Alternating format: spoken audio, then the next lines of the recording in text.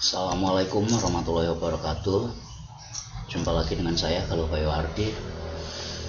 Kali ini kita bertemu lagi dalam mata kuliah sejarah keberagaman kebudayaan Indonesia untuk kelas di antropologi sosial Untan. Nah, kali ini kalau kemarin kita sempat membahas mengenai awalnya mengenai sejarah keberagaman kebudayaan Indonesia. Awalnya dijelaskan dengan apa itu sejarah, apa itu keberagaman, apa itu kebudayaan, apa itu keanekaragaman, dan apa itu Indonesia. Nah, kali ini ketika kemarin kita mulai berfokus berpindah-pindah pembahasan itu saya urutkan, ya tidak secara urut tapi per unsur budaya. Jadi di sini poinnya adalah keanekaragaman kebudayaan, saya lebih katakan bukan kebudayaan Indonesia tapi kebudayaan di Indonesia. Karena setelah saya lihat konteksnya, memang karena kita plural, kebudayaan Indonesia memang sudah kita bentuk, pluralitas itu juga tetap ada, jadi tetap masih memiliki identitas masing-masing. Nah, di sini keistimewaan dari Negara Kesatuan Republik Indonesia ini memang memang terdiri dari berbagai macam kebudayaan, dan saya akan bahas saya telah mulai membahas kemarin untuk yang sistem religinya. Nah, kali ini saya akan membahas mengenai bagaimana keragaman dari unsur-unsur budaya. Pertemuan yang sebelumnya keanekaragaman dalam arti keanekaragaman religi, keanekaragaman kepercayaan, dan kali ini coba kita akan melihat bagaimana sejarahnya kebudayaan Indonesia ini memiliki keanekaragaman bahasa. Saya coba untuk kemarin saya menemukan untuk yang termasuk cukup sistematis, walaupun ini bukan satu-satunya yang dapat menjelaskan atau memiliki model mengenai bagaimana sejarah keberagaman kebudayaan di Indonesia ini atau di Nusantara ini sejak masa-masa lalu. Memang semuanya sudah terbentuk, dan ini berkaitan dengan selalu saja memang kebudayaan di Indonesia atau di Nusantara ini beraneka ragam, memang tak lepas dari memang faktor migrasi, dan Nusantara ini merupakan tempat untuk baik itu untuk tujuan dan menetap, lalu kemudian tempat untuk transit, tempat untuk tinggal lama, lalu kemudian pergi, atau masyarakat yang migrasi sejak zaman purbakala itu bermigrasi, menetap, lalu kemudian yang terakhir menetapnya di salah satu kepulauan di Nusantara. Kita coba untuk melihat apa itu yang dibahas oleh James T. Collins. Di sini langsung saja memang dalam tulisan tulisan Collins ini, saya sebut saja Collins. Dalam tulisan Collins ini, beliaunya mengkritik Collins mengatakan bahwa bahasa Indonesia ini kenapa hanya dibagi menjadi dua, bahasa Indonesia yang formal dan bahasa Indonesia yang non formal atau yang baku dan non baku. Tapi di sini Collins kurang menekankan apakah mana itu bahasa Indonesia, mana bahasa yang ada di Indonesia. Jadi di sini dia kritik bahwa bahasa Indonesia kenapa cuma ada dua, dan itu rancu. Hanya saja kritiknya itu tidak didasari bahasa Indonesia dan bahasa yang di Indonesia. Jadi ketika kita melihat sebetulnya kritik dari Collins, jawaban saya untuk kritik Collins ini, seharusnya jika memang mau dilihat yang seperti apa, jadi di Indonesia ini atau di Nusantara ini memang ada, kalau untuk negara Indonesia memang ada bahasa Indonesia dan dibagi untuk bahasa Indonesia sendiri formal dan non formal. Non formal itu bisa jadi mungkin ada bahasa prokem, bahasa tidak tidak resmi, bahasa yang dan juga termasuk bahasa Indonesia yang digunakan oleh penutur-penutur di berbagai macam etnis. Jadi dalam berbahasa Indonesia, ketika bahasa tidak formal ini tetap bahasa Indonesia, hanya saja yang mengucapkan atau menuturkan misalnya orang Jawa, jadi dialeknya jadi agak Jawa. Ketika dialeknya Melayu, jadi ada bahasa Indonesia ala Pontianak, bahasa Indonesia yang ada di Kupang misalnya, itu mereka sudah menggunakan bahasa Indonesia tapi dengan dialek karakteristik etnis mereka. Nah, semacam itulah yang istilahnya bahasa tidak formal itu saya katakan sebagai bahasa Indonesia, tetap bahasa Indonesia tapi tidak baku dan tidak formal. Nah, sementara Colin melihat di Indonesia ini banyak sekali bahasa. Nah, bahasa di Indonesia ini Colin tidak mengatakan bahwa klasifikasi kategori di ada bahasa daerah. Colin memang cuma mengkritik dari hasil konferensi bahasa Indonesia yang mengatakan bahwa bahasa Indonesia itu bahasa Indonesia formal dan bahasa Indonesia tidak formal. Tapi dalam Kongres Bahasa Indonesia tentu saja tidak membahas bahasa daerah, tapi bahasa Indonesia. Bahasa Indonesia, bukan bahasa di Indonesia. Nah, ini tulisan Colin pada tahun 2014. Nanti akan coba saya cari apakah ada perbaikan pandangan dari dia, perbaikan klasifikasi dan kategori mengenai pandangannya atau teorinya yang dia buat untuk klasifikasi dan kategori bangsa untuk bahasa Indonesia ini. Dan memang karakteristik James T. Collins nampak sekali dari tutur bahasanya, nanti bisa saya share, bahwa sangat-sangat etnosentris dan memang seakan-akan ada tujuan bahwa dia ingin mengunggulkan etnis tertentu, mengunggulkan ras tertentu, sementara yang ras yang lain itu tidak masih berada di bawahnya. Nanti Anda bisa lihat dari cara tutur kata tutur cara menuliskannya T. Collins dalam jurnal tersebut. Entah seperti ada entah itu semacam titipan dari negara tertentu mungkin, dan membanggakan ras atau etnis tertentu. Itu tampak sekali dalam tulisannya.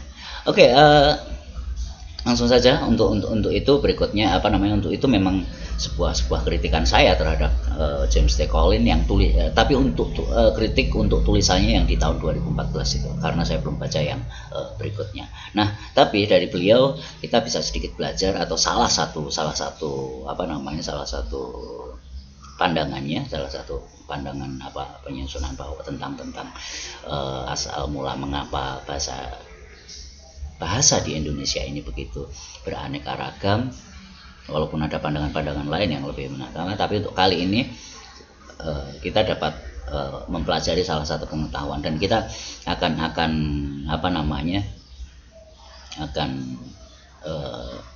melihat ini dari salah satu prosesnya untuk mempermudah. Nah, nanti silahkan jika Anda menemukan sumber yang lain, itu memang akan menambah, kita akan menambah. Dan ini juga agak sedikit bertentangan dengan beberapa teori jurnal yang lain yang mengenai penduduk asli Indonesia dan lain sebagainya. Oke, yang ini tadi bahasa Indonesia formal dan tidak formal. Oke, tadi sudah saya jelaskan sekilas. Nah, kemudian faktor yang membentuk keanekaragaman bahasa Indonesia ini oleh James T. Collins ini disederhanakan dengan adanya dua faktor migrasi dalam manusia purba, yakni migrasi dari Austronesia dan Australomelanesia. Dan ini yang dinyatakan bahwa ini yang paling menentukan dari pembentukan budaya dan bahasa yang ada di Nusantara sampai sekarang. Tapi lingkupnya dia, nanti kita bisa lihat petanya, lingkupnya jauh lebih sempit dibandingkan lingkup yang ada pada saat yang migrasi manusia dan budaya yang mulai dari Afrika dan seterusnya. Lingkupnya lebih sempit dan jauh lebih sempit dibandingkan yang itu. Oke, tadi ada pengaruh pembentukan budaya, dan dua migrasi itu adalah migrasi yang menurut Collins nih, ya menjadi dua kelompok bahasa kuno, yaitu keluarga bahasa Austronesia dan bahasa Papua. Nah, dia mengklasifikasikan menjadi bahasa tersebut. Lalu kemudian Austronesia itu sampai di Nusantara 4000 tahun yang lalu, sementara yang dari Papua menuju Nusantara dari Australia, dari sekitar Australia dan lain sebagainya lebih lama lagi, 4000 tahun yang lalu. Jadi dua hal inilah yang membentuk ada rumpun bahasa timur bagian Nusantara atau Indonesia bagian timur, dan muncul pada rumpun bahasa yang di bagian Nusantara bagian barat. Nah, ini juga di argumen dari T. Collins ini adalah bahwa walaupun itu di bahasa di Nusantara sejak 40.000 tahun yang lalu, di sana banyak sekali bahasa lokal, banyak sekali bahasa daerah, dan relatif masih beraneka ragam bahasa daerah, dan masih banyak. Itu dikatakan bahwa T. Collins menyatakan bahwa bahasa itu tidak banyak berubah karena memang tidak banyak terpengaruh oleh bahasa-bahasa lain, walaupun bahasa tersebut ya tetap mengalami perubahan, tapi tidak secepat pada masyarakat Nusantara bagian barat. Dan ini memang T. Collins lebih mengacu bahwa yang paling maju atau yang paling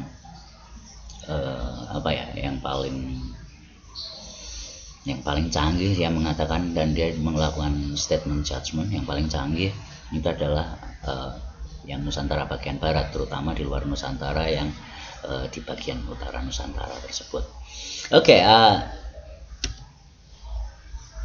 Migrasi ini, nah kenapa juga tadi setelah migrasi dua bahasa Indo, mereka mulai menuju ke Nusantara, dan di Nusantara pun tersebar.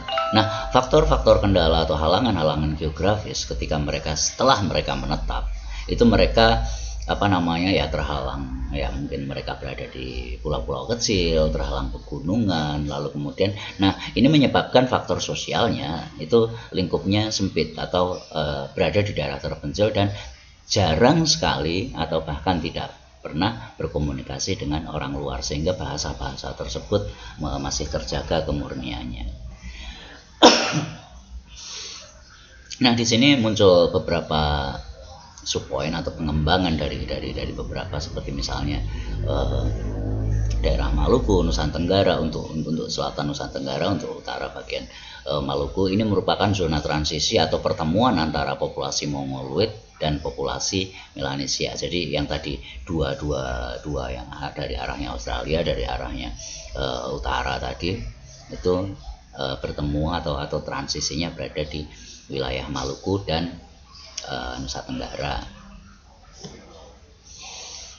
Dan walaupun mereka sudah menjalani migrasi, nah ini mulai ternampak 4.000 tahun, namun sudah diketahui bahwa 4.000 tahun juga terdapat migrasi baru.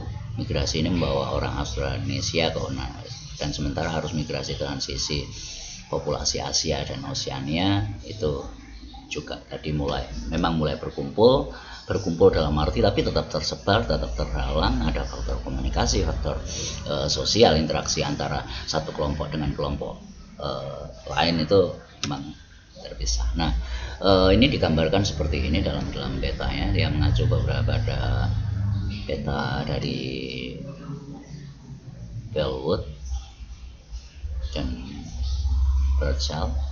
Nah, yang bagian atas ini tahap migrasi Austronesia, konon kabarnya dikatakan dari Pulau Taiwan, yang dikatakan mereka lebih canggih itu yang dari utara.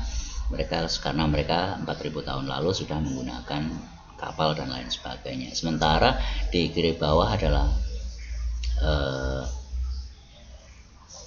migrasi dari manusia Australo-Melanesia, jadi bergerak dari Australia ke melalui Papua dan juga melalui Nusa Tenggara Timur.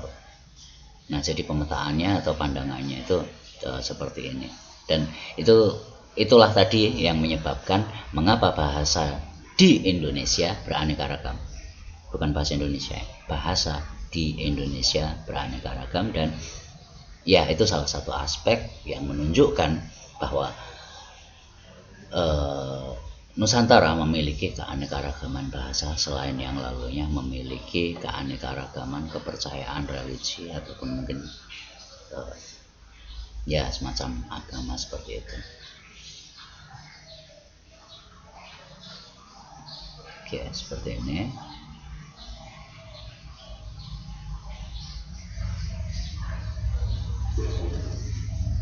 Berikutnya saya cukupkan